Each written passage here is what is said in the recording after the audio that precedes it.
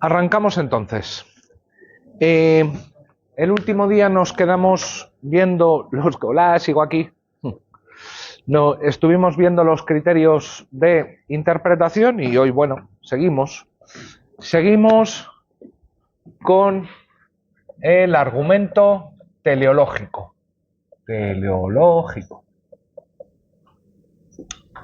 A ver, el argumento teleológico, o para explicar el argumento teleológico, normalmente se hace referencia a las razones que justifican una norma. Es decir, doto de significado al enunciado para derivar la norma mediante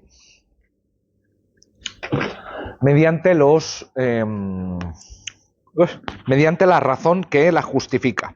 ¿Sí? Sin embargo, muchas veces se hace referencia al espíritu de la ley, ¿vale?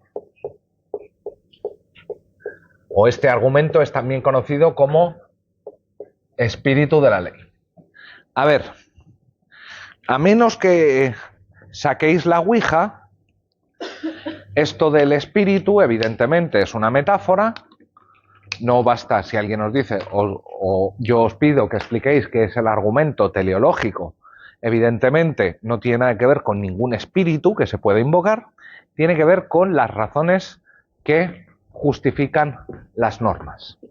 Aunque no lo hace para explicar el argumento teleológico, la explicación más plausible de en qué consiste interpretar de conforme a las razones lo da un filósofo del derecho gringo recientemente fallecido, Frederick Schauer.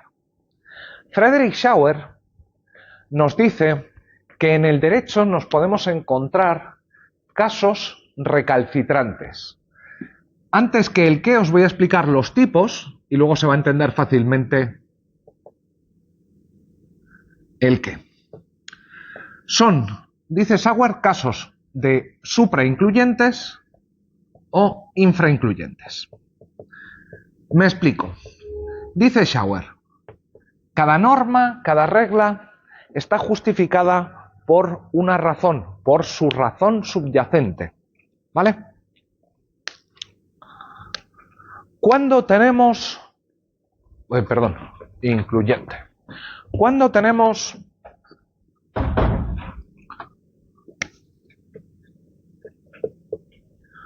una norma superincluyente o supraincluyente. Tenemos una norma supraincluyente toda vez que la norma regula más de lo que debiera. A ver cómo es esto. Regula más de lo que debiera con base en la razón que la justifica. El ejemplo de Schauer no es el mejor, pero funciona. Veamos. Tenemos la norma que prohíbe circular a más de 120 km por hora por las autovías y autopistas. ¿Sí?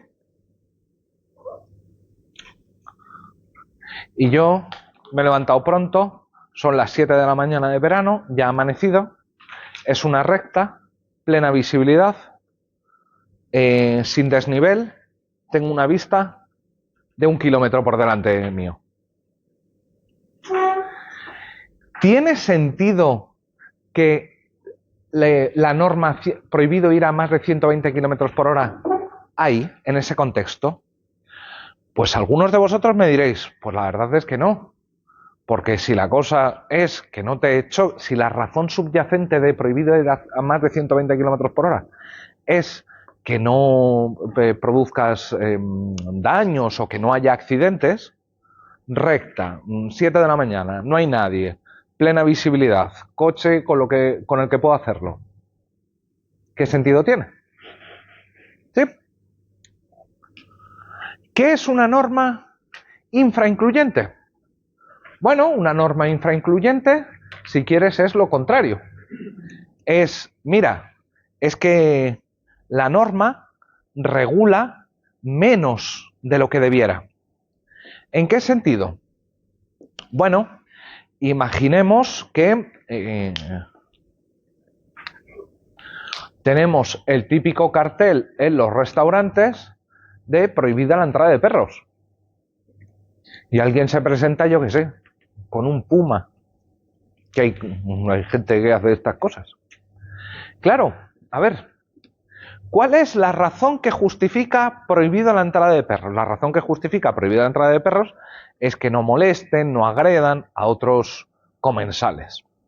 Claro, pero si esto es así, entonces la norma se está dejando fuera un montón de casos, como puede ser cualquier otro animal que pueda resultar peligroso, molesto para para el resto de comensales. Schauer llama a estos casos recalcitrantes.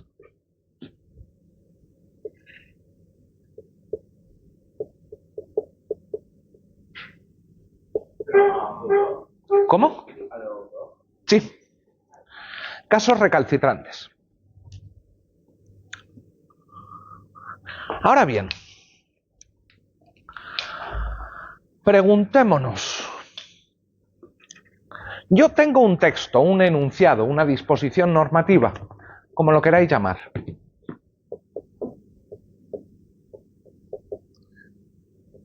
Y tengo que atribuirle un sentido o significado. Tengo que, dicho de otro modo, derivar la norma. ¿Cómo? Ya sabemos cómo, interpretando. ¿Cómo nos dice Schauer que interpretemos? Con base en las razones subyacentes. Pero un momento. Si lo que estamos tratando es de averiguar cuál es la norma, tenemos solo el enunciado, ¿cómo vamos a averiguar cuál es la razón subyacente de la norma si no sabemos cuál es la norma? Lo único que sabemos por el momento es cuál es el enunciado. En realidad, los argumentos teleológicos o los razonamientos teleológicos, ¿qué es lo que hacen? Pues mirad, lo que hacen es presuponer inicialmente algún otro tipo de interpretación, que normalmente va a ser la interpretación literal. Claro, presupones la interpretación literal y después, a la luz de las razones subyacentes de la norma, producto de la interpretación literal, corriges. Aquí haces una interpretación restrictiva, aquí haces una interpretación expansiva o ampliativa. No, si es supraincluyente, si regula más de lo que debiera, ¿tú qué es lo que haces? Haces que la norma en la interpretación tenga un alcance más limitado.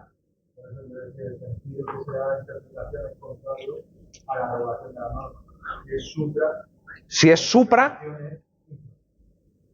o sea, claro, lo que tienes que hacer es restringirla. Si la norma inicial es supraincluyente respecto de la razón, haces una interpretación correctora que implica restringir esta. Y aquí ampliar. ¿Sí? ¿Bien? ¿No? A ver. Yo te pongamos... no sé. Prohibido traer vestidos rojos. ¿Vale? Pablo, ¿cuál es la razón que podría justificar esto, esta norma? Te la puedes inventar si quieres, da igual. Porque ya no funciona. Vale. Pero, Pablo, ¿cómo has sido capaz de saber cuál es la razón que justifica la norma si esto no es una norma? Esto es un enunciado. Para que tú puedas ver cuál es la razón subyacente, estás presuponiendo una determinada interpretación de esto. Esa interpretación normalmente va a ser la literal. ¿Vale? ¿Ahí mejor? Es a partir de la literal que ya dices, mira, supraincluyente o infraincluyente. Pongamos, prohibido traer vestidos rojos. Y es supraincluyente con la razón que nos has dado. ¿Por qué? Porque también está prohibiendo que el personal de ambulancias vaya de rojo, el personal de Cruz Roja vaya de rojo. Y este parece que es un caso que no está justificado por la razón de la norma. ¿Y prohibido traer vestidos rojos? Bueno, infraincluyente podría ser en el caso de que no regulase, pues yo qué sé, el venir de naranja fosforito. ¿Sí? Lo que me interesa es que antes que ser un argumento que nos sirve para atribuir directamente significado, ¿para qué nos sirve? Nos sirve para corregir una interpretación previa. Y esa interpretación previa va a ser normalmente la literal. ¿Vale?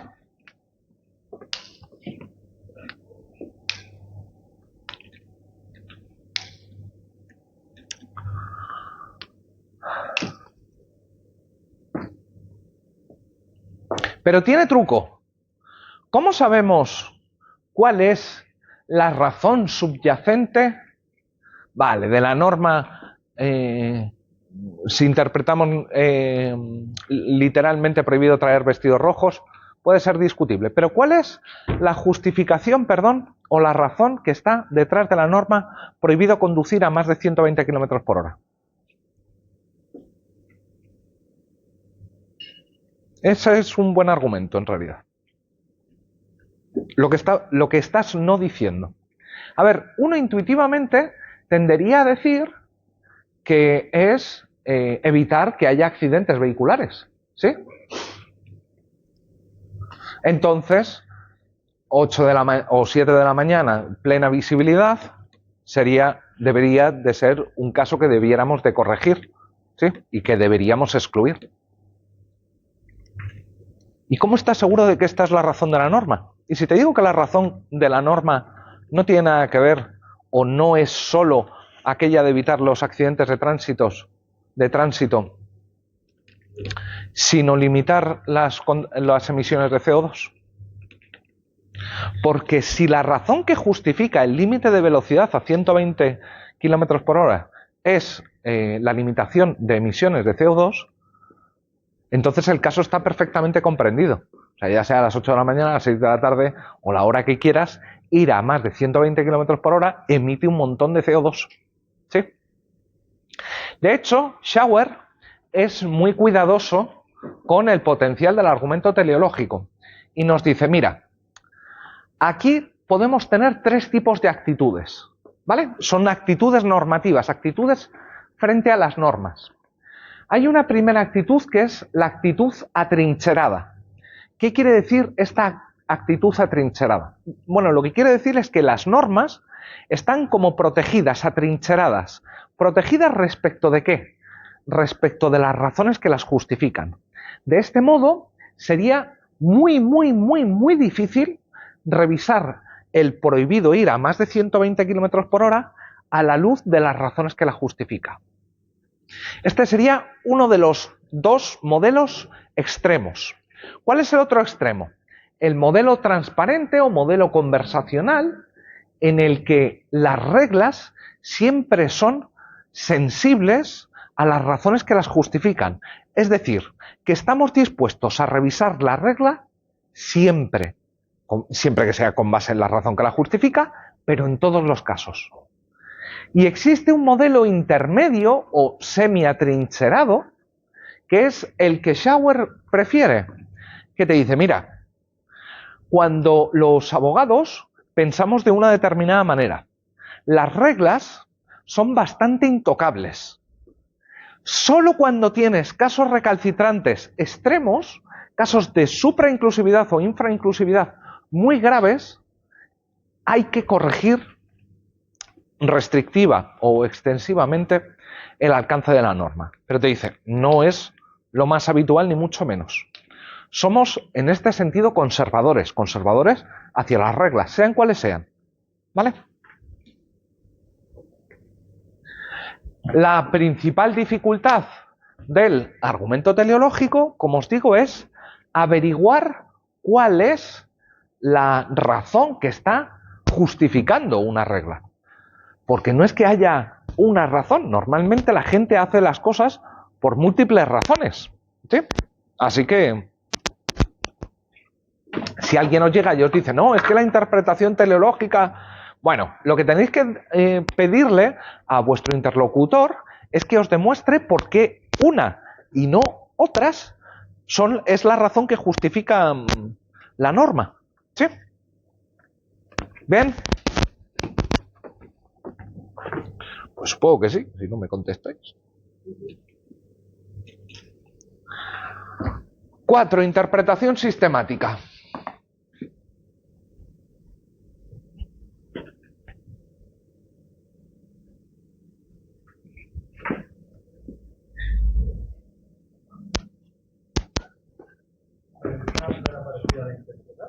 ¿Cómo? Que si no se parecía a la intencional. A ver, ¿se parece a la intencional? ¿Por qué dices que se parece a la intencional, Israel? Porque parece ser que razonamiento e intención puedo llegar a confundirlo. Claro, puedes llegar a confundirlo, lo que tienes que hacer es no hacerlo. A ver, cuando hablamos de intenciones, estamos predicándolas siempre respecto de un sujeto. Un sujeto ha querido algo, ¿vale? Cuando estamos hablando de razones, las razones parece que son independientes de la voluntad de cualquiera. ¿En qué sentido? En que parece que podemos predicar que hay ciertas razones que justifican una norma, más allá de que esas razones hayan sido confirmadas o no por el sujeto que ha emanado el enunciado. No hay ningún problema. En realidad, dices, en cierto sentido te estás inventando una especie de intenciones. Bueno, en el mismo sentido que tú te estás inventando intenciones, porque ya hemos visto los problemas que hay para atribuir intenciones a otros. No, porque cuando estás en el argumento intencional siempre tienes que hacer referencia a la voluntad de alguien y con base en eso tienes que justificar. En el sentido de que si tienes que probar que una fue la intención del sujeto, hay que justificarlo así. Tú en el argumento teleológico te desprendes completamente de esto y vas a las razones que tú crees que son las que mejor justifican esa norma. ¿Sí? 4. Interpretación sistemática.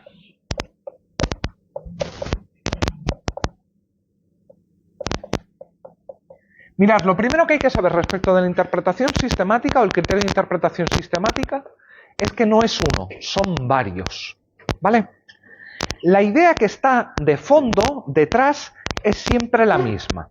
Mirad, el punto es que nos encontramos con un enunciado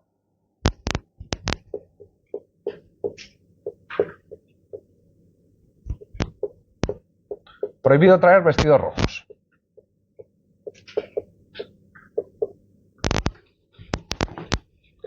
Del que puedo derivar diferentes normas. Lo que pasa es que N1 genera una antinomia con alguna otra norma. Y N2 no antinomia. ¿Qué es lo que te dice el argumento sistemático? Prefiere las interpretaciones consistentes lógicamente. Es decir, las que no producen antinomias. Nosotros ya sabemos que cuando dos normas generan una antinomia, tienen que tener o el mismo supuesto de hecho o similar, y al menos para el caso de las prescriptivas, no puede ser obligatorio y prohibido, no puede ser permitido y prohibido, y no puede ser permitido, no, y obligatorio. ¿Vale? Te dice, evita estos casos. Lo mismo habría que poner para las normas constitutivas, ¿vale? Para los conflictos entre normas constitutivas. Sin embargo, esta es, por decirlo, solo una parte del argumento sistemático, y es en realidad el que menos problemas nos genera. Y es que junto con la consistencia lógica podemos detectar, o hay que hablar de la coherencia axiológica. ¿Vale?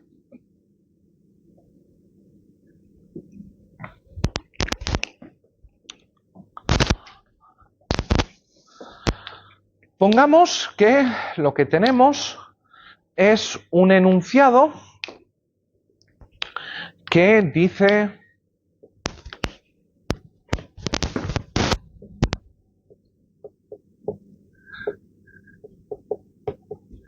se permite la venta de viviendas sociales a personas que no son inquilinos.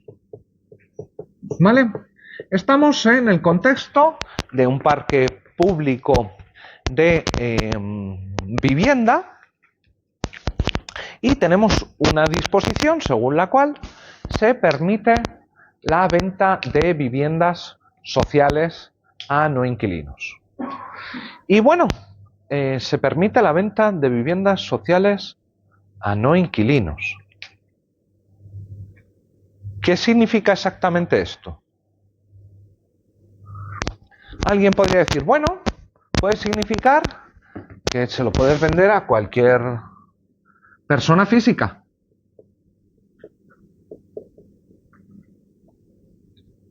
Alguien podría decir, bueno, ¿y por qué no también tanto a personas físicas como a personas jurídicas? Jurídicas y físicas. Aquí lo que tendríamos son, en realidad, dos interpretaciones diferentes.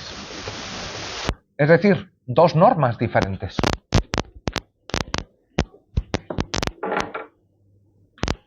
Y alguien podría decir, ¿seguro que la segunda interpretación N2 es compatible con el derecho a la vivienda digna? A ver, espera. Mirad, lo que pasó en Madrid hace ya unos cuantos años, fue que había un gran parque de viviendas sociales del ayuntamiento que fueron vendidas en bloque a fondos de inversión extranjeros. Es un caso real.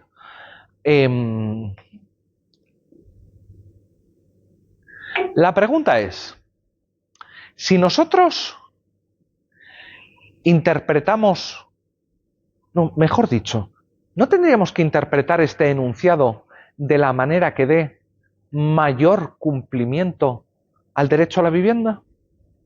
Si nosotros establecemos que el derecho a la vivienda se ve más satisfecho con esta interpretación o con esta, me da igual cuál de las dos, ¿no deberíamos elegir eso? No porque se genere una antinomia, sino porque es lo más coherente desde el punto de vista de los valores. En nuestra Constitución se ha establecido que la vivienda parece un bien, protegido constitucionalmente. Por tanto, cualquier interpretación de enunciados normativos debe tender a dar el mayor grado de satisfacción posible a la Constitución. Y a esto lo llamamos interpretación conforme.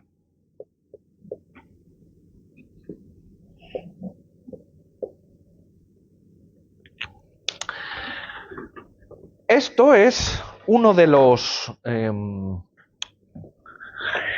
puntos más importantes de un proceso que comenzó en los 80 más o menos. Bueno, ha ido llegando a diferentes olas, a diferentes sitios.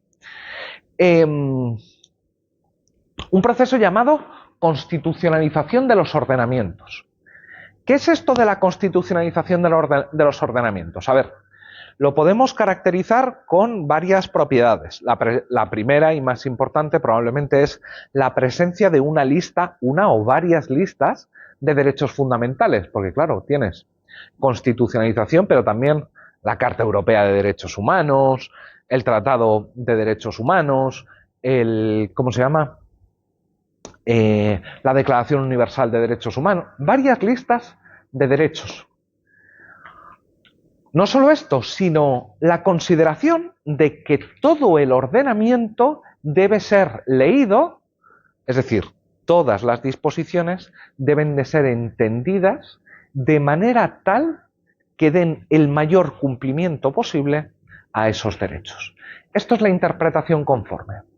Esto ha llevado a muchos tribunales constitucionales a llegar y decir, mira, me han impugnado esta norma. Como la interpretes así, es inconstitucional. Si la interpretas asao, no es inconstitucional. Es más, los tribunales constitucionales han ido más para allá y han dicho, a veces han tachado palabras de las disposiciones normativas. Te dice, mira, la norma es constitucional salvo en su último inciso. ¿Sí? ¿Es la única forma de interpretación conforme? En realidad no. Como os decía, dentro de la interpretación sistemática tenemos varios subtipos. Uno de los más conocidos es el de constancia terminológica. ¿En qué consiste el argumento de constancia terminológica? A ver, el Código Civil define que es un niño. Venga, pongamos que sí. Pregunta, ¿la definición que aparece en el Código Civil de niño es la que debemos usar también para derecho penal, derechos humanos, para todo el derecho?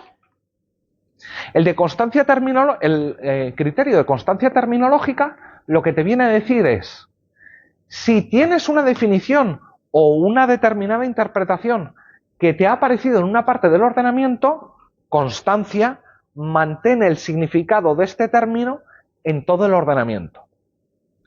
Lo malo es que esta interpretación o este modelo de sistema, esta variante del argumento sistemático es, si queréis, la opuesta a otra variante llamada sedes materiae.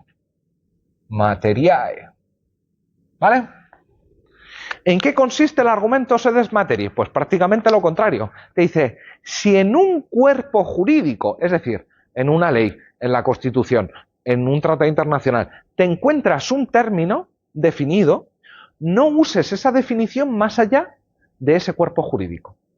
Por ejemplo, te encuentras definido el término muerte en la ley de trasplantes. ¿Significa esto que tienes que entender por muerte lo que pone en la ley de trasplantes en todo el ordenamiento? Te dice no. El de sedes materiae te dice limita esa definición de muerte únicamente a esa ley, a la ley de trasplantes. ¿Sí? ¿Bien? Sí. Del argumento sistemático. Arriba a la izquierda, sistemático. Para explicar el sistemático he dicho, mira, tiene dos aspectos, el de consistencia lógica y coherencia axiológica. Aspectos. Pero luego tenemos tres variantes. Ah, vale, vale.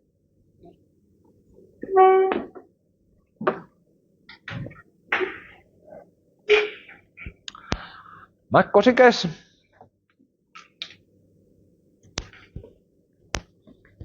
No. Bueno.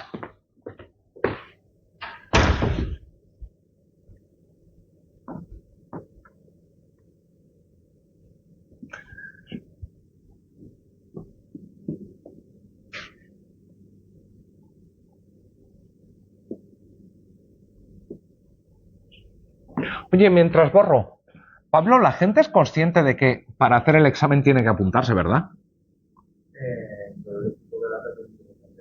Va.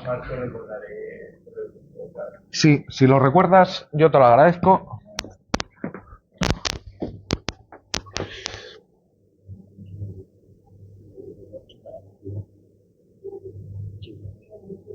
Cinco, argumento contrario.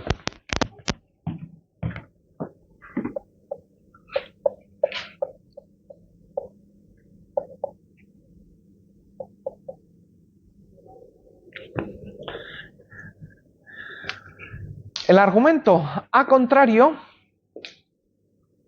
es el argumento del silencio del legislador. Decir, bueno, el legislador ha dicho, qué sé yo,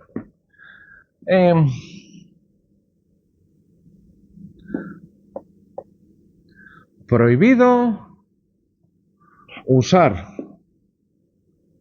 ordenador en clase.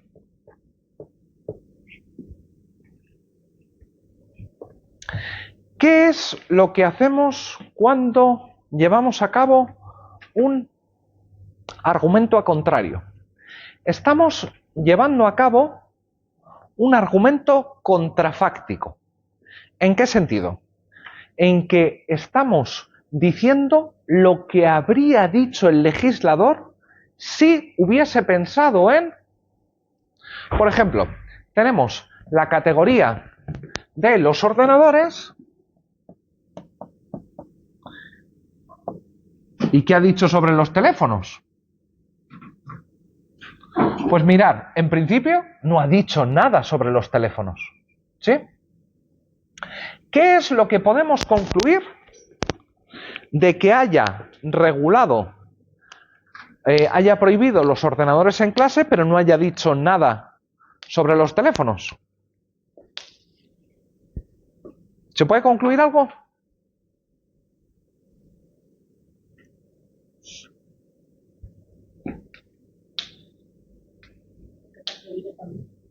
¿Que están prohibidos también? ¿Tampoco teléfonos? Bueno, no te entiendo, Isma.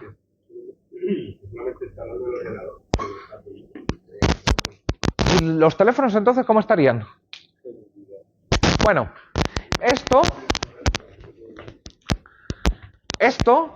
es un argumento que no es deductivo. No es un argumento deductivo, no es un argumento lógico deductivo, de ningún modo. ¿Vale?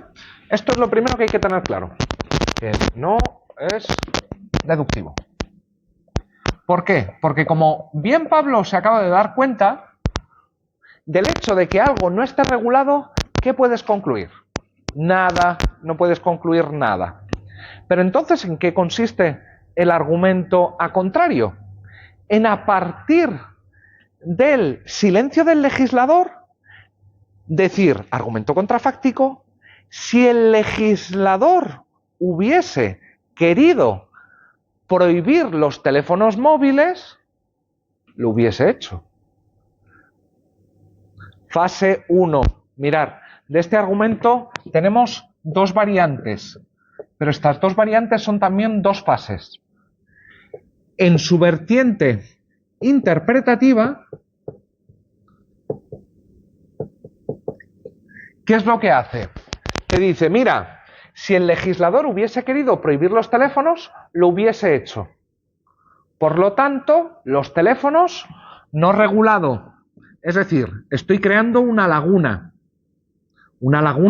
axiológica. ¿Sí? Segunda versión que incluye el segundo paso. Versión productiva. ¿Qué es lo que hago en la versión productiva? En la versión productiva, primero creo la laguna y después la colmo. ¿Cómo la colmo? Con la calificación contraria a la norma. Es decir, si tengo prohibido usar los teléfonos móviles, primero me pregunto, prohibido usar los ordenadores, me pregunto acerca de los móviles, digo, los móviles entonces no están regulados, falta una norma. Creo laguna axiológica y la colmo con el operador normativo contrario. Cuidado con esto, lo que estoy haciendo es crear una norma nueva. Este no es exactamente un argumento interpretativo, sino que es una forma de construcción jurídica.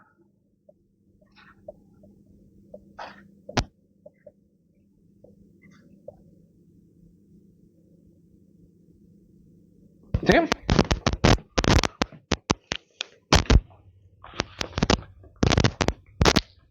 Estoy yendo un paso más para allá, o varios pasos más para allá, de lo que es la simple interpretación.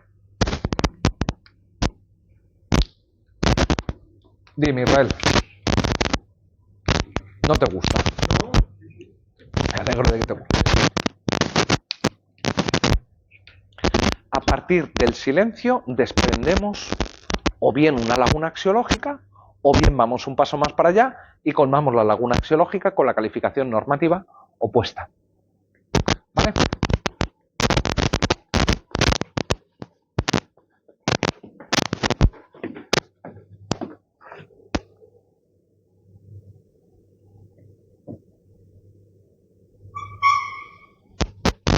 Seis. Argumento de autoridad. ¿En qué consiste el argumento de autoridad? Que en parte ya hemos visto.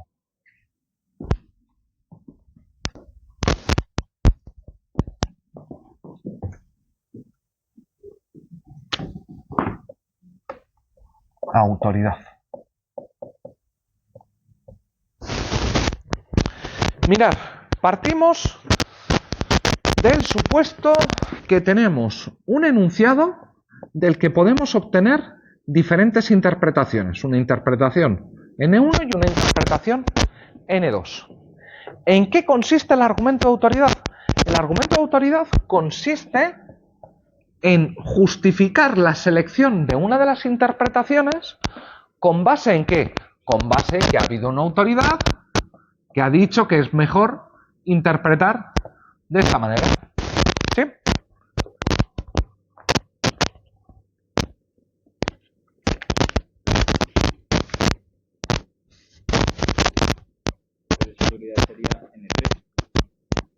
No, la autoridad dice que es mejor interpretar según N1. ¿Que cómo lo dice? Pues llega, ¿sabéis quién es Joaquín Ataz? Y te dice que las cláusulas de responsabilidad médica deben ser interpretadas de esta manera. ¿Es una autoridad Joaquín Ataz? Claro, es alguien que sabe mucho de responsabilidad médica. De hecho, en el argumento de autoridad distinguimos entre 2 y 3 tipos. Y ahora explicaré por qué 2 o 3. El primero es el recurso a la dogmática jurídica. O sea, si me citáis a mí como para responsabilidad médica, ya os digo yo que naranjas de la chama. Si me citáis para cualquier cosa, ya os digo que no funciona como argumento de autoridad. Pero Joaquín Ataz, sí. O si citas a Klaus Roxin para interpretar derecho penal, claro, sí. O a Mir Puig, claro. Aquí, ¿qué es lo que tenemos? Lo que tenemos es un sujeto que ha afirmado que hay una interpretación que es preferible frente a las otras. ¿Hay alguna forma más de argumento de autoridad? Sí, el uso del derecho extranjero. Mirad, pongamos que tenemos el enunciado constitucional, la vida se protege desde su creación. Tenemos esto como enunciado constitucional, ¿vale?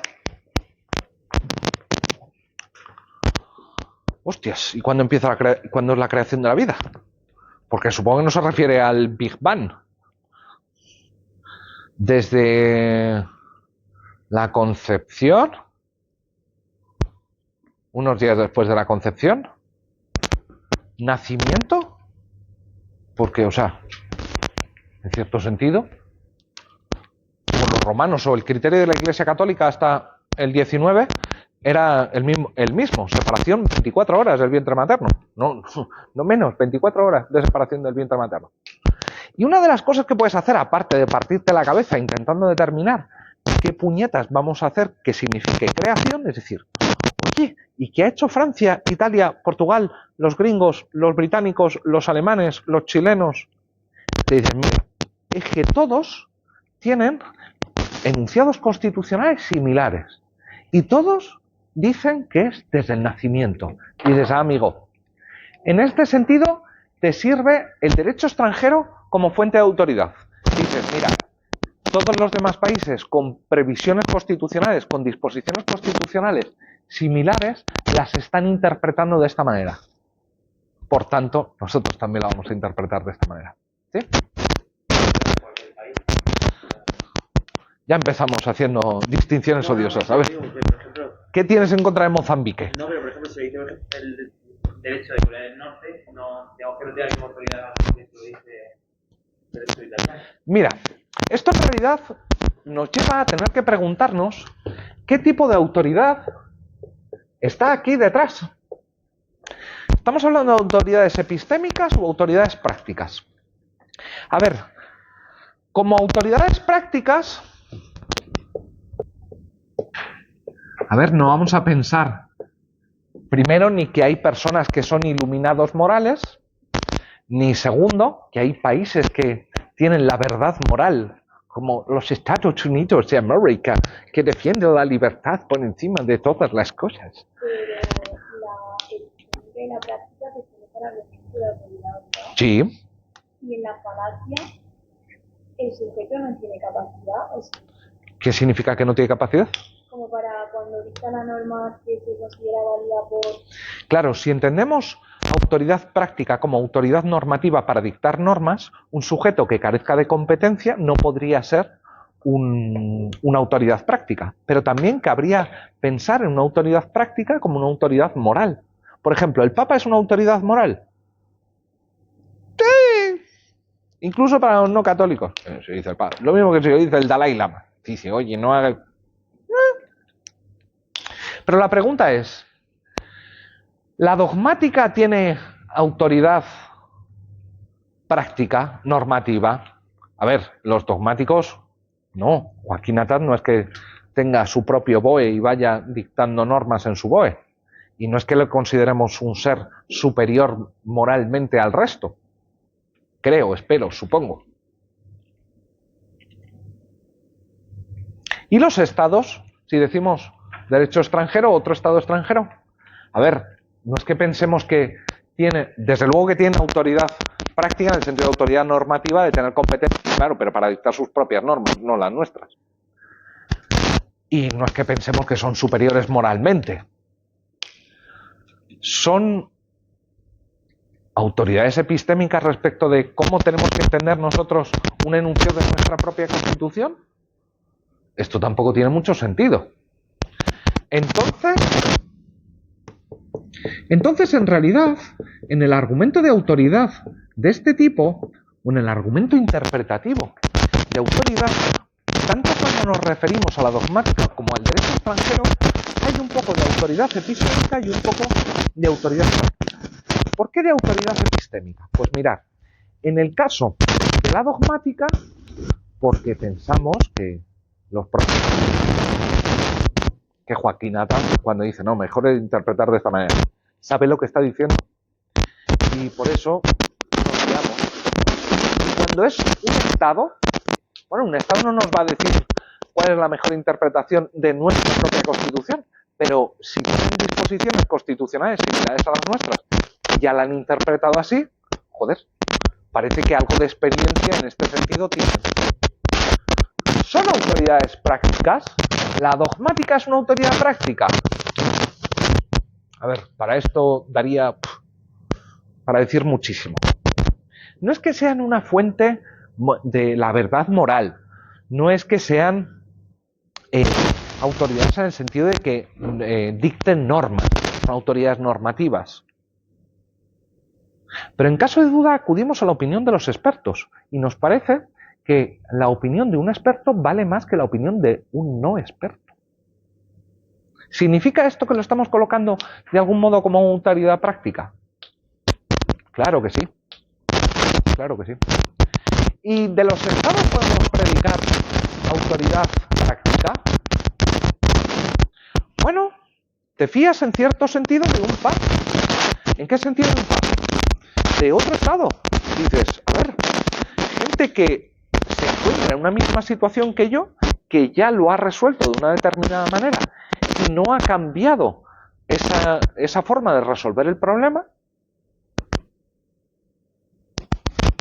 pareciera que en cierto sentido sí es una autoridad. Por supuesto, la línea de demarcación entre un argumento interpretativo de autoridad y una falacia de autoridad es sumamente fino, es poroso. ¿Por qué? Entre otras muchas razones, porque los mismos sujetos pueden ser autoridades para unos sujetos y no para otros. Alguien podría llegar, no sé, ustedes podrían llegar y ¿quién les ha dado civil? Que no me acuerdo. ¿Verdad?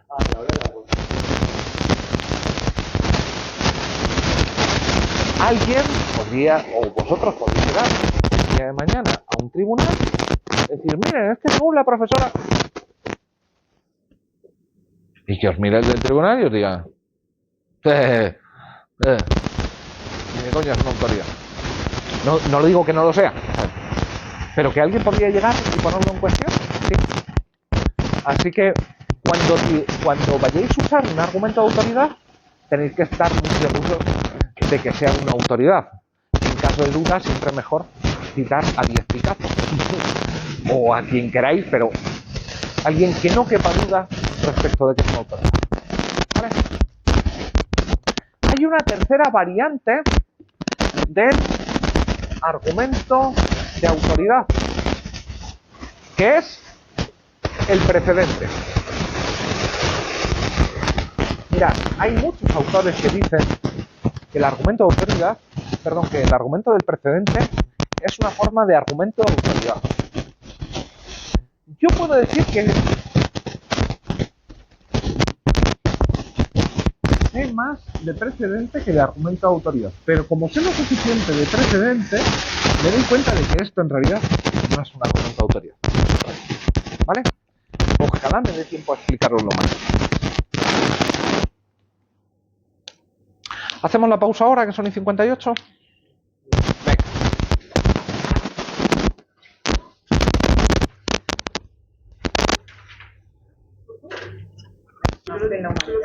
Bueno, seguimos. Argumento ad absurdum.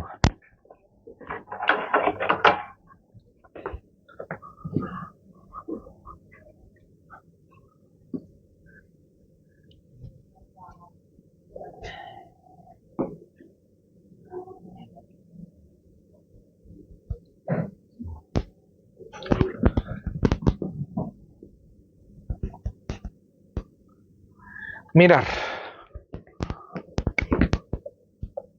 un argumento ad absurdum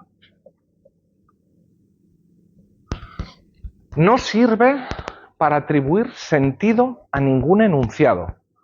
Para lo que sirve un argumento ad absurdum es para toda vez que tengamos un enunciado que puede tener diferentes interpretaciones, podemos derivar diferentes normas del mismo enunciado, el argumento ad absurdum nos sirve para eliminar una. ¿Vale? ¿Cómo eliminamos esta o cuál es la justificación para eliminarla? La justificación para eliminarla es porque conduce a conclusiones absurdas.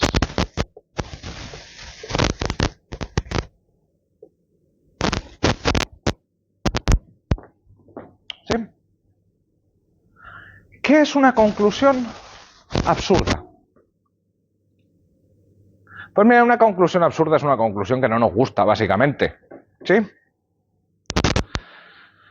No es que haya ningún tipo de error lógico, es simplemente con interpretaciones que no nos gustan y por eso las calificamos de absurdas. Sin embargo, no cualquier cosa que diga alguien puede ser rechazada diciendo no me gusta, por tanto es absurdo. Si somos más finos y especificamos qué quiere decir un argumento absurdum, podemos usar cuando se discutió en clase acerca de la gestación subrogada.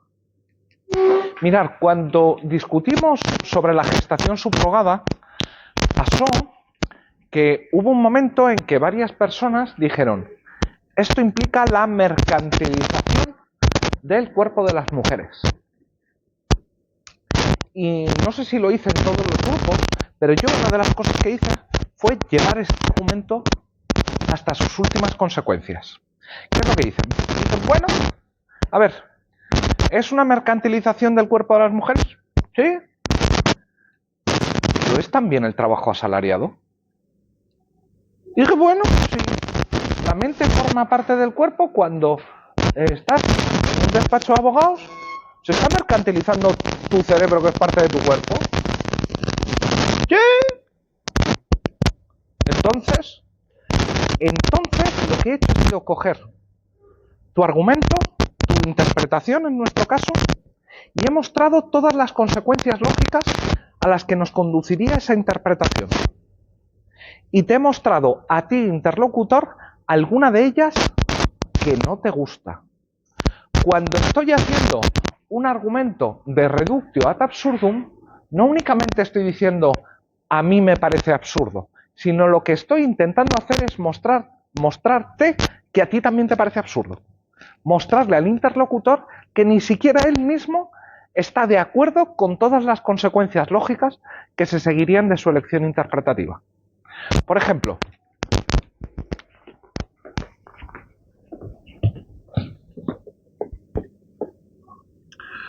prohibida la entrada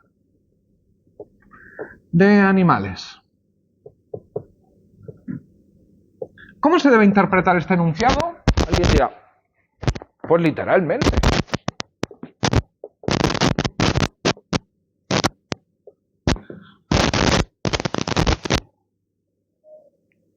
Seguro que literalmente, porque los seres humanos también somos animales. Y si dices que no pueden entrar los animales, entonces tampoco podemos entrar nosotros. No puede entrar nadie al campus, pedazo de cretino. Lo que estamos haciendo es mostrarle a la contraparte que ni él mismo puede estar de acuerdo con lo que dice. A ver, ¿puede estar de acuerdo con lo que dice? Sí, claro, pongamos, yo que sé, que ha habido una contaminación nuclear o química peligrosa y se dice prohibida la entrada de animales porque solo los seres vivos se ven afectados por ella. No hay nada de absurdo en esto. O sea, no es que haya, perdón, no hay nada de inconsistencia lógica o incoherencia lógica. Es, en última instancia, decir absurdo quiere decir no me gusta. El argumento ad absurdum consiste en mostrarle al interlocutor que las consecuencias que se siguen de lo que está diciendo ni a él le gustan, ni a ella le gustan. ¿Sí? ¿Bien?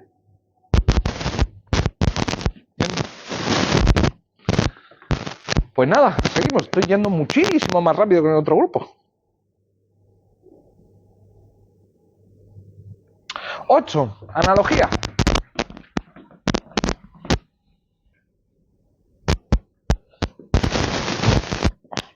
A ver, ¿qué os han contado sobre la analogía? ¿Alguien se acuerda? Si alguien quiere hablar.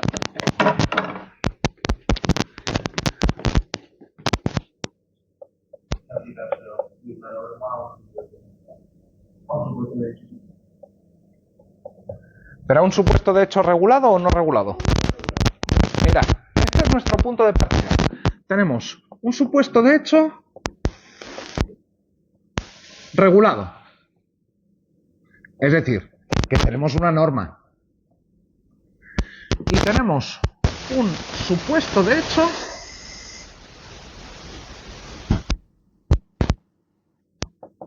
no regulado. ¿Y cómo llamamos cuando tenemos un supuesto de hecho no regulado? Bien, una laguna. Así que lo que tenemos es un caso regulado, una norma y una laguna. Lo que nos está diciendo Pablo es que la analogía consiste en aplicar esta norma a este caso no regulado. Pero, por ejemplo, tenemos que está prohibido. Amigo. Similar, no igual.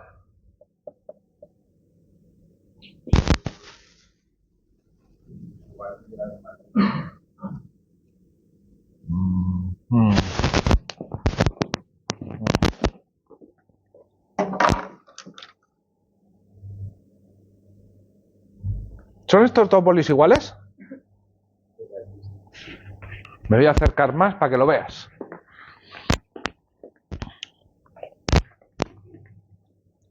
Pablo, ¿estos dos bolis son iguales? Sí. Sí. ¿Alguien más los quiere ver? Son idénticos. Los he sacado los dos de la caja este mediodía. Sí.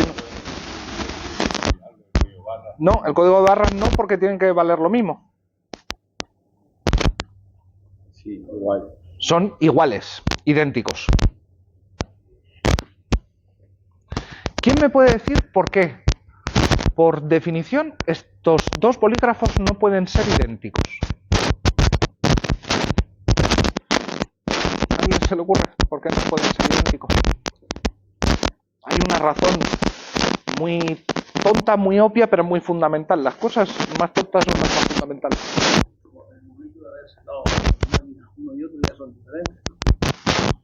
Pues mira, más o menos, Salvador. A ver. Si fuesen idénticos sería la misma cosa. Ah, amigo, ahí está. Si estas dos cosas fuesen idénticas, serían la misma cosa. Y es que tienen al menos una propiedad diferente. ¿Sabes cuál es, Ismael? Pero algo ahí quiero ver. Claro, una está aquí y la otra aquí. Si las dos cosas estuvieran exactamente en el mismo sitio, no serían dos cosas. Sería una cosa. Dos cosas idénticas no son dos cosas, son una cosa. ¿Y por qué os cuento esto? Aparte de porque es muy divertido. Pues aparte de ser muy divertido, entonces, ¿qué estamos diciendo cuando decimos que dos bolígrafos son iguales? No, pero no decimos esto. Yo cuando te he dicho que si te he preguntado si estos dos bolígrafos eran iguales, tú no me has dicho que eran idénticos, que eran la misma cosa. ¿Qué me estabas diciendo, Pablo? Sí, compartir la misma característica. Amigo, que tienen un conjunto de propiedades. Sí, una propiedad 1, una propiedad 2, una propiedad 3, que son iguales.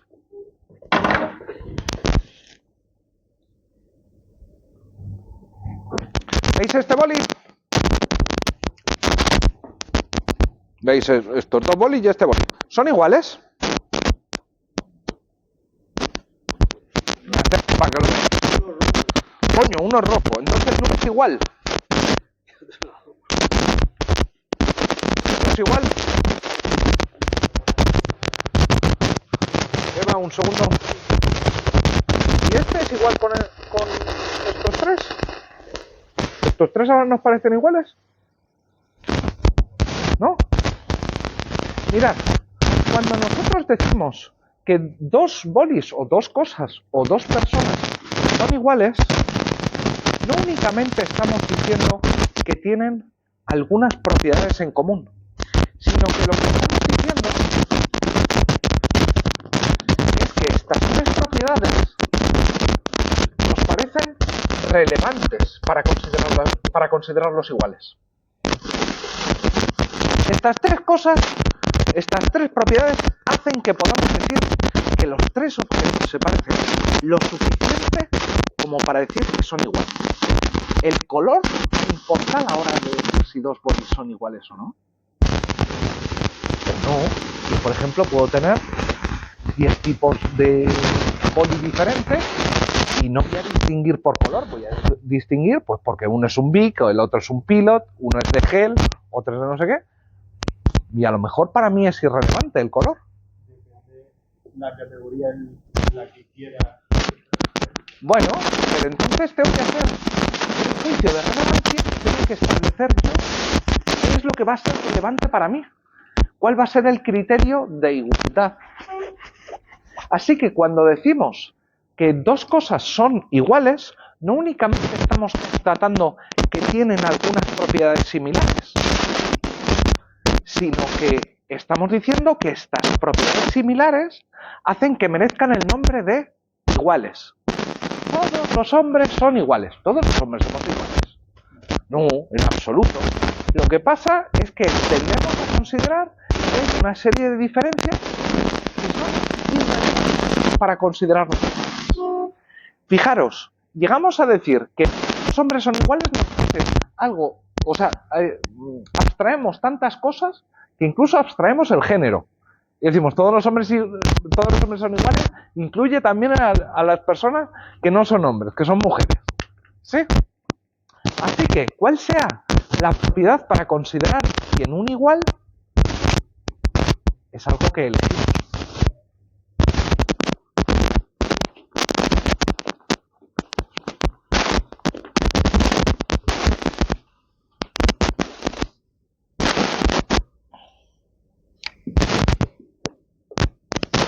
Prohibido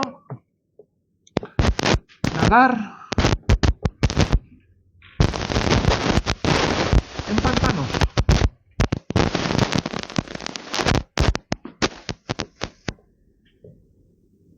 Y nadar en lagunas.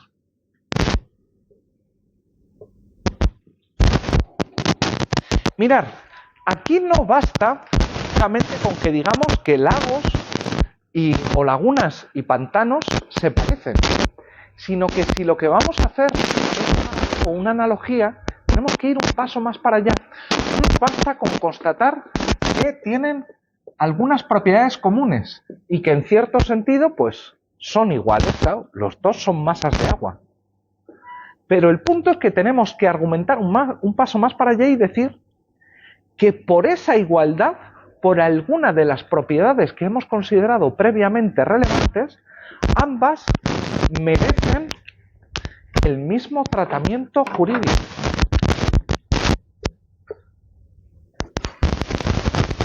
Buenas tardes. ¿Sí? Sin embargo, esto es solo una de las dos formas de entender la analogía. Y nosotros vamos a tener que distinguir entre analogía legis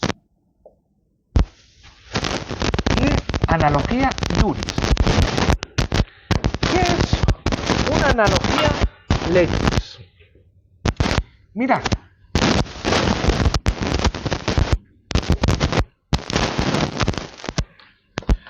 Pongamos que tenemos, yo qué sé, prohibido comer pasta.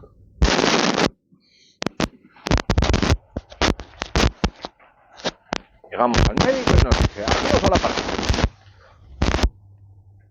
¿Y los fideos de arroz?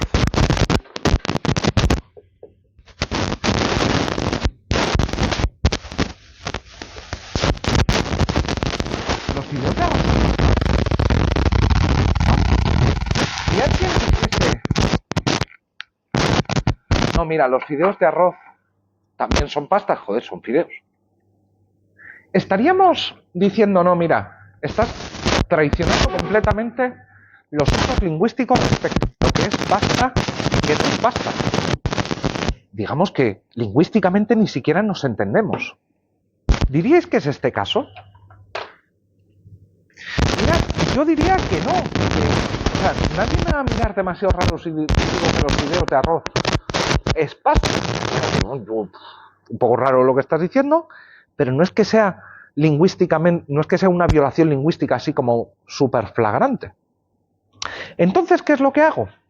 Entonces lo que hago es coger el ámbito del término pasta y lo estiro. Es decir, antes el término pasta tenía un ámbito más reducido. ¿Qué es lo que he hecho? Ha sido ampliarlo. ¿Por qué esto es? ¿O cómo explicamos esto? ¿Cómo? Perdón, le acabo de volver a dar. Sí, sale. ¿Sale frío? Sí. Duro estar escuchándome aquí encima con frío. Mil perdones. Mirad, nosotros teníamos N1, prohibido comer pasta. Cuando hacemos una analogía iuris, lo que estamos haciendo es estirar el significado de pasta hasta que incluya fideos de arroz. Es decir, estamos formulando una norma N2 que te dice prohibido comer pasta y fideos. Es decir, que lo que estamos haciendo es sustituir la norma N1 por la norma N2. Al hacer una iuris, estamos ampliando el significado y al ampliar el significado sustituimos la interpretación más restrictiva, N1, por una interpretación extensiva más amplia. Cambiamos una norma por otra. ¿Te has perdido? Ah, era simplemente cara de desaprobación. Bueno, este es el caso de la analogía legis. Vayamos con el caso de la analogía iuris. ¿No hay duda sobre esto? Dime. Se me ha ido. Este es el caso de la analogía iuris. Y ahora iríamos... No, perdón, legis. Tío, este año estoy fatal. Se me va la olla con una frecuencia. Esta es legis. Esta es legis. Los fideos de arroz sería una laguna arqueológica Claro, a la que se le da sentido con la redundancia. claro.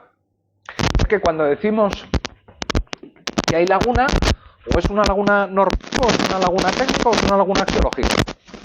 Raro que sea laguna técnica o normativa. Es normalmente una laguna arqueológica.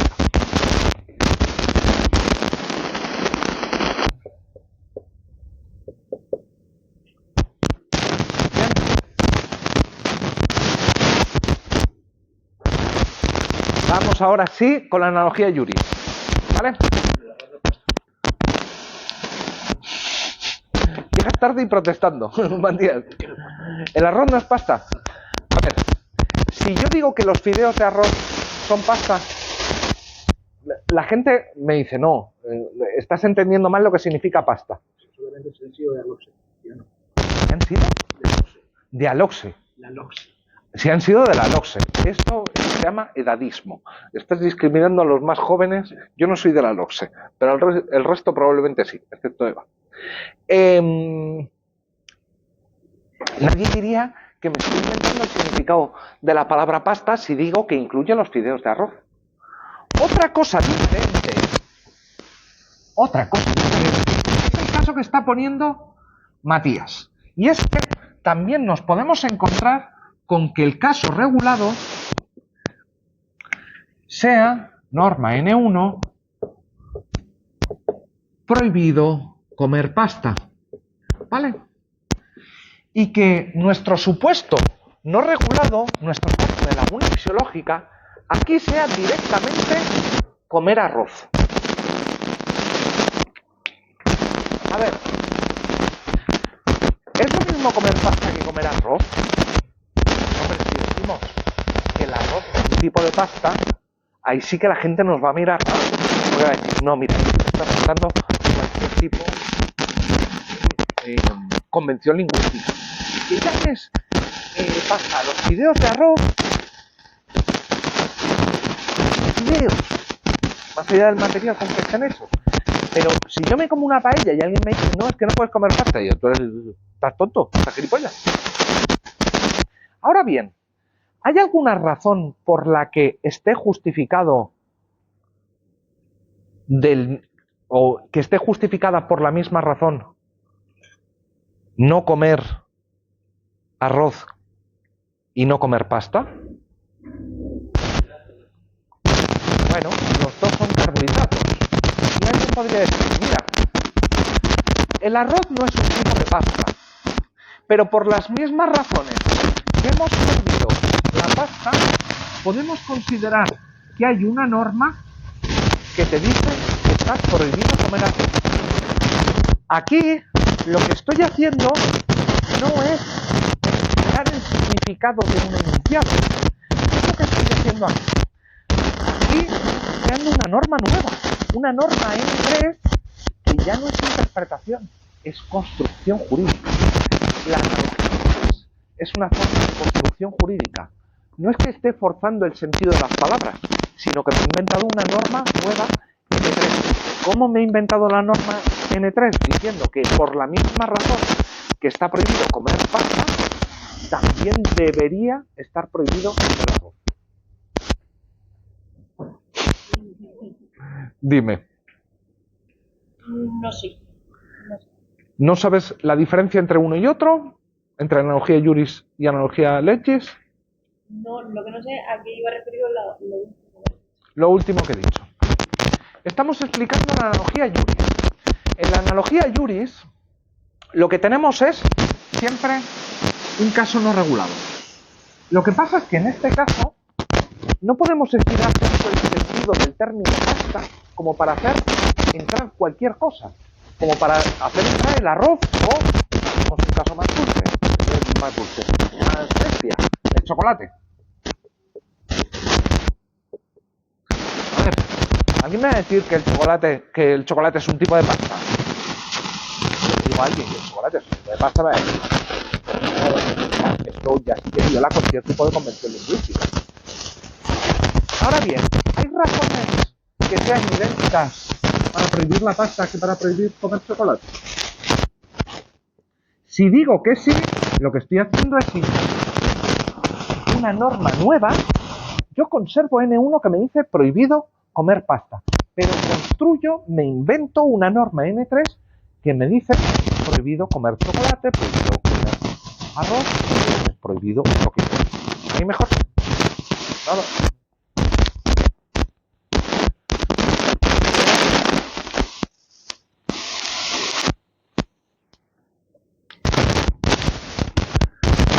Repito, en la analogía legis estiro el significado de los términos. En la analogía juris no estiro el significado de los términos.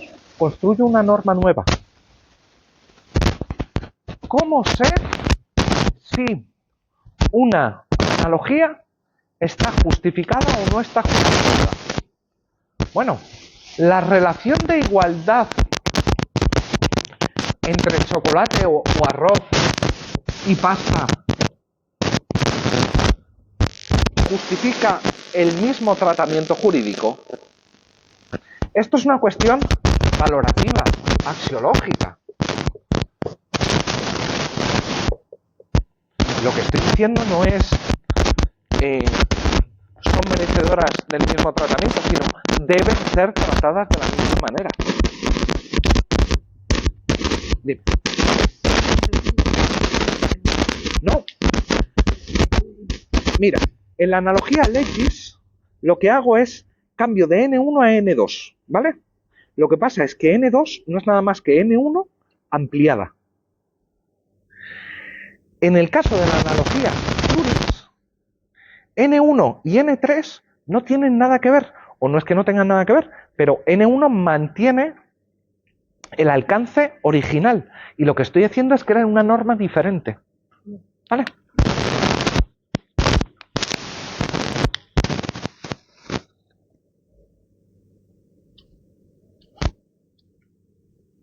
Bien.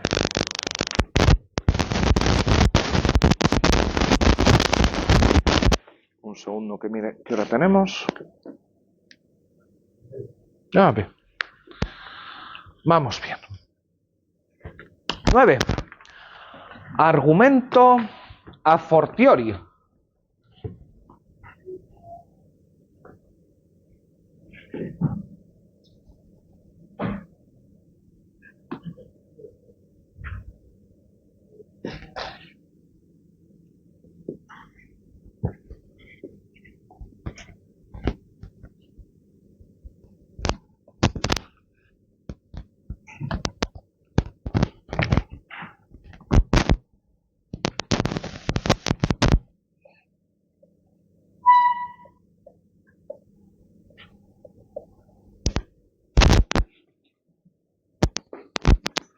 Mirad, me hizo mucha gracia una vez en Transmilenio, que es el autobús súper rápido de Bogotá, que me encontré una vez un cartel en el autobús que prohibía las armas blancas. Digo, hostias, hay que prohibir explícitamente las navajas. Me encontré la prohibición de granadas de mano. Y dije, hostia puta, ¿qué ha pasado aquí? O sea, granadas de mano, pero también en México me encontré prohibido cortarse las uñas de los pies en un autobús. Y dices, madre mía. Bueno, en fin, más allá de batallitas.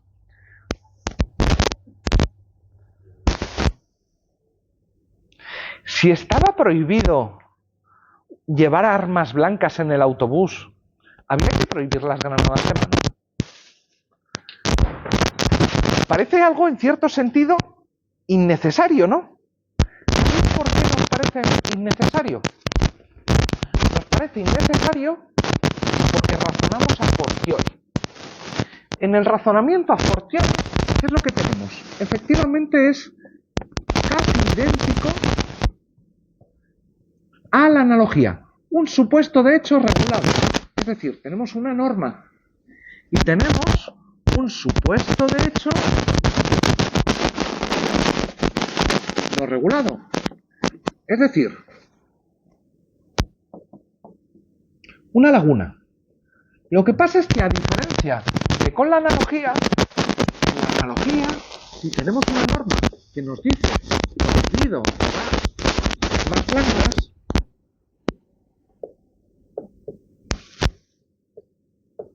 o mirad, en vez de armas blancas pongamos navajas. Prohibido llevar navajas. A ver, ¿los cuchillos de cocina son navajas? No. ¿Está prohibido llevar cuchillos de cocina? Sí. Pedazo de cuchillo así, sí está prohibido llevarlo. Aunque la palabra navaja no significa exactamente lo mismo que cuchillo de cocina. Pero por la misma razón que prohibimos las navajas, también prohibimos los cuchillos de cocina. Pero imaginaros que en vez de cuchillos de cocina, nos estamos preguntando por granadas de mano. Aquí, ¿qué es lo que sucede?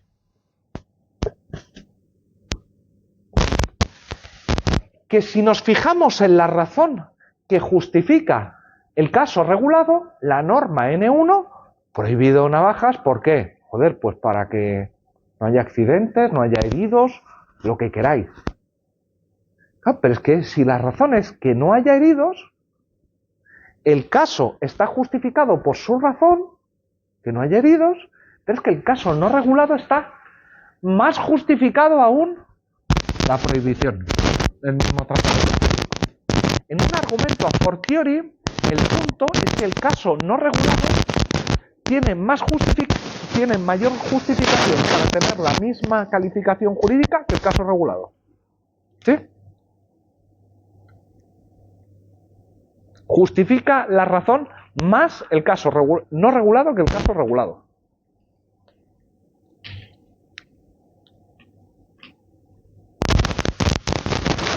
Bien. Es interpretativo, porque cada persona puede interpretar lo que considere. Lo que considere. Vas a tener que establecer cuál es la razón de la norma. Hombre, a ver, podemos discutir mucho cuál es la razón de esta prohibición. Podríamos decir, no, mira, es una cuestión de seguridad. No, es que en caso de que haya un accidente en el autobús y vuelque, no salga la navaja disparada y termine insertada en el ojo de alguien. Podemos discutir sobre las razones y vamos a poder tener dudas. Hombre, si yo digo prohibido navajas es para mejorar el medio ambiente, me vas a mirar un poco raro. El ámbito de discusión acerca de cuáles son las razones que justifican la prohibición de navajas es amplio, pero no infinito. ¿Vale? ¿Es interpretativo? Bueno, es que estamos viendo criterios de interpretación, desde luego. No, yo me refiero a los no regulados. Sí, sí. Son interpretativos, a los regulados está claro. Claro, pero claro, estamos viendo argumentos interpretativos. ¿Es interpretativo en ese sentido? Sí. El punto es que una vez que yo determine cuál es la razón que justifica esta prohibición, puede que aparezca más justificado la prohibición del caso no regulado. ¿Sí? Si estamos de acuerdo en cuál es la razón, tenemos que concluir que en este caso está más justificado la prohibición de llevar granadas de mano que la prohibición de llevar navajas. ¿Sí? Bien. El argumento a fortiori tiene dos versiones o dos variantes. No os digo los nombres en latín, que me parece que no sirve para nada. El primero es de menos a más. Y el segundo de más a menos. ¿Cómo los distinguimos? La primera variante hace referencia a las prohibiciones. El segundo a las permisiones. ¿Vale? Ejemplo de a fortiori de menos a más. Si está prohibido que uséis el teléfono móvil durante el examen, a mayor razón para que llevéis una cámara oculta y un pinganillo. ¿Sí? Argumento a fortiori de más a menos. A ver, si está permitido pedir tutorías individualizadas, a mayor razón uno está autorizado para concurrir a una tutoría colectiva. ¿Sí? Si me permiten acudir a tutorías individuales, a mayor razón asistir a las tutorías colectivas. ¿Son estos argumentos, o como estaba diciendo, se me acaba de ir tu nombre, perdón, Matías, ¿son estos argumentos interpretativos? Lo que quiere decir es que no son lógicos, que uno puede estar de acuerdo o no estar de acuerdo. Sí, claro, uno puede decir que, bueno, puedes acudir a las tutorías individuales, pero te considero una persona disruptiva en la clase y no te dejo acudir a las tutorías colectivas. Así que, a mayor razón, pues no. ¿Sí? Todo va a depender de cuál es la razón que identifiquemos como aquella que justifica el supuesto de hecho original, el supuesto de hecho regulado. ¿Vale? ¿Dudas con esto?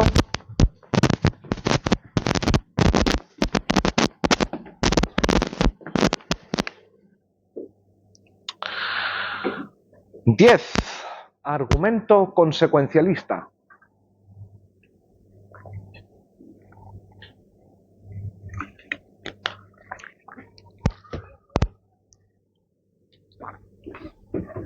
Bueno, no iba tan rápido.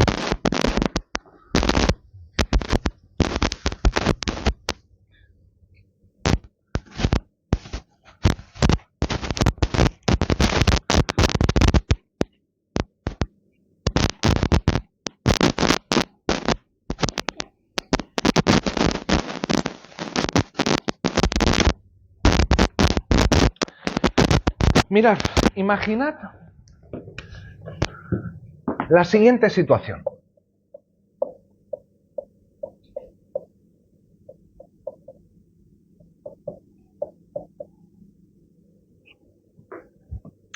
Tenemos un enunciado en la regulación universitaria según el cual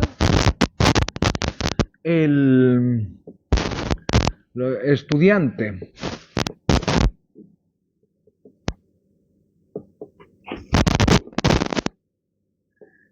que sea pillado copiando en un examen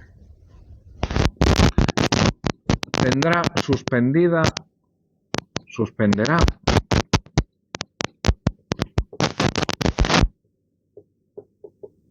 la asignatura. ¿Vale? Este es nuestro enunciado. Y mirad, vosotros y vosotras habéis demostrado un gran interés en la asignatura. Habéis venido un montón de días, incluso la última semana. Incluso no os habéis ido, pese a saber que esto no entra en el examen de primera convocatoria. Y perdonadme el tecnicismo, me toca los cojones que llegue alguien, copie en el examen y saque mejor nota que vosotros. Me toca los cojones de una manera bárbara. ¿Y sabéis qué es lo que voy a hacer? evitarlo a toda costa. Así que, según empieza el examen, como ve a alguien copiando, voy a coger su examen, lo voy a romper en público y voy a decir que tiene suspendida esta convocatoria, la siguiente y la siguiente. Es decir, hay un tipo de consecuencia que yo quiero alcanzar. ¿Cuál es la consecuencia? Lo que quiero es que no haya gente que copie. ¿Por qué? Porque me parece injusto hacia vosotros. Y voy a elegir una determinada interpretación con base en sus consecuencias. ¿Cuál es la que genera el terror? Comillas, penal administrativo. Joder, imaginaros. Imaginaros que llego y veo a alguien efectivamente copiando y grito, ¡ah, muchas gracias, caballero! ¡Ras! ¡Ras! ¡Ras! Esto es lo que pasa por copiar.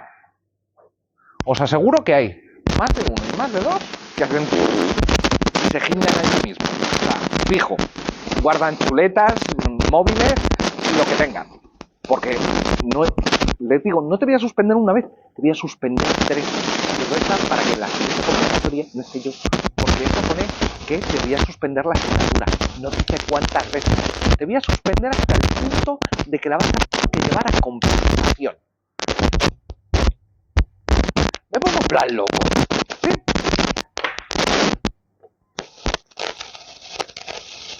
Es cuando tengo varias interpretaciones del mismo enunciado y selecciono con base en las consecuencias. Y mira, esta, porque ¿qué es lo que va a hacer? Que todos los que estén intentando copiar hagan se caguen del susto y ni lo intenten. ¿A qué modo? Pero este argumento tiene algunos peligros, especialmente en sede penal. ¿Sabéis por qué? Porque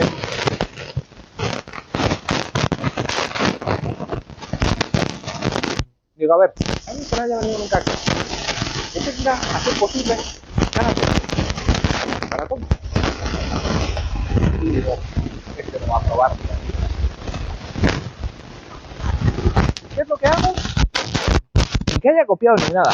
Me levanto, cojo su examen, le digo, usted ha copiado, usted es basura, va a probar el día que las gallinas men para arriba. El argumento consecuencialista, cierto, no ha copiado ni ha hecho ademán de nada. He puesto llantos, alaridos, de todo. Yo no he hecho nada. ¡Puta calle! Estoy consiguiendo los otros. Imagínate si lo estoy consiguiendo. O sea, lo estoy consiguiendo incluso más. Porque está admitiendo. El resto de la gente está diciendo. Como lo intentemos, ya te cagas encima. Ahí ya he generado el terror total. Uno metió en su examen.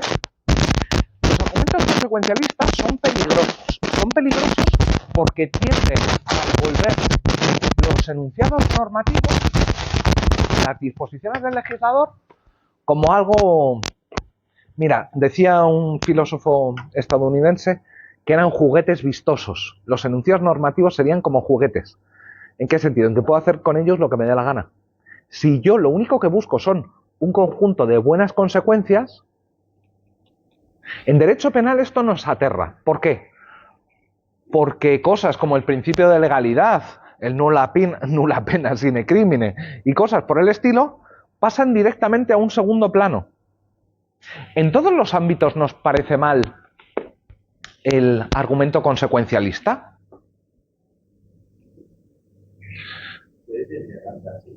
¿Cuál frase? Es que, porque tienden a volver las disposiciones del legislador como algo y ya se ha ido al juguete roto y... Juguetes, como juguetes. Como juguetes vistosos. ¿Qué pasa? Que lo hago mucho esto de... Y es odioso, ¿verdad? En realidad es una forma de pausa dramática. ¿Qué está diciendo? Bueno, ¿En todos los ámbitos es mala idea el argumento consecuencialista? Pongamos que lo es, no sé, mira, el enunciado según la cual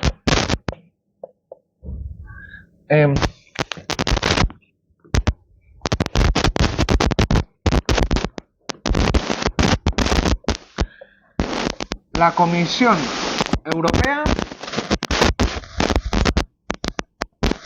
podrá efectuar la necesaria solicitud de impacto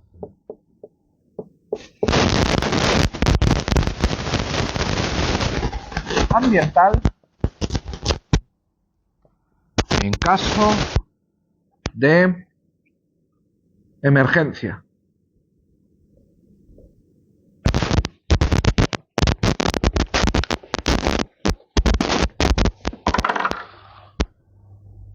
Ha habido una dana en Valencia, no sé si habéis oído algo. ¿Debemos interpretar este enunciado para que se reconstruya Valencia lo más rápido posible? ¿No? Sí, sí, o no, no. Sí, sí. Sí, sí. Daros cuenta que hay que elegir las consecuencias. ¿Cuáles son las consecuencias deseables? ¿Por qué? Porque yo os he dicho reconstruir Valencia rápido. Alguien podría decir, no, reconstruir Valencia bien, no rápido, bien, para que esto no vuelva a suceder. Por tanto, de ningún modo exceptuamos la evaluación de impacto ambiental. Lo que nos ha faltado ha sido evaluaciones de impacto ambiental y la capacidad de prever que se iban a desbordar barrancos y toda la hostia. El argumento consecuencialista a veces nos parece una burrada, pero hay otras veces que nos parece muy útil. Por ejemplo, en materia de derecho de la competencia, el buscador de Google ¿tiene una posición dominante en el mercado? A ver, ¿tiene una posición dominante en el mercado? Sí y no, porque tiene mucha cuota, pero esto no significa que sea el único. Oye, ¿y no será que para entender posición dominante en mercado no tengo que referirme únicamente a ese mercado, sino también a los adyacentes? Porque si el objetivo es que nadie tenga una posición demasiado fuerte en ningún área y da la casualidad de que, claro, no, el problema no es el buscador de Google, es el buscador de Google y Google Chrome. El problema es que al ser mayoritario en ambos, ahí sí genera una posición de dominio. Separadamente no genera una posición de dominio en el mercado, pero si tú interpretas de manera tal que se entiendan todos estos ámbitos conectados para evitar que se produzcan posiciones dominantes, ahí lo tienes. En muchísimos ámbitos no nos asusta la interpretación consecuencialista. Lucha contra la ilusión fiscal. Mira, si interpretamos literalmente los enunciados antielusión, ¿para qué sirven? Para nada, absolutamente para nada. ¿Qué es lo que hay que hacer? Interpretarlos de manera tal que lo que hay que hacer, lo que alguien podría decir que hay que hacer, lo que hay que hacer es interpretarlos de manera tal que la elusión fiscal sea zero o cercano a cero, la mínima posible.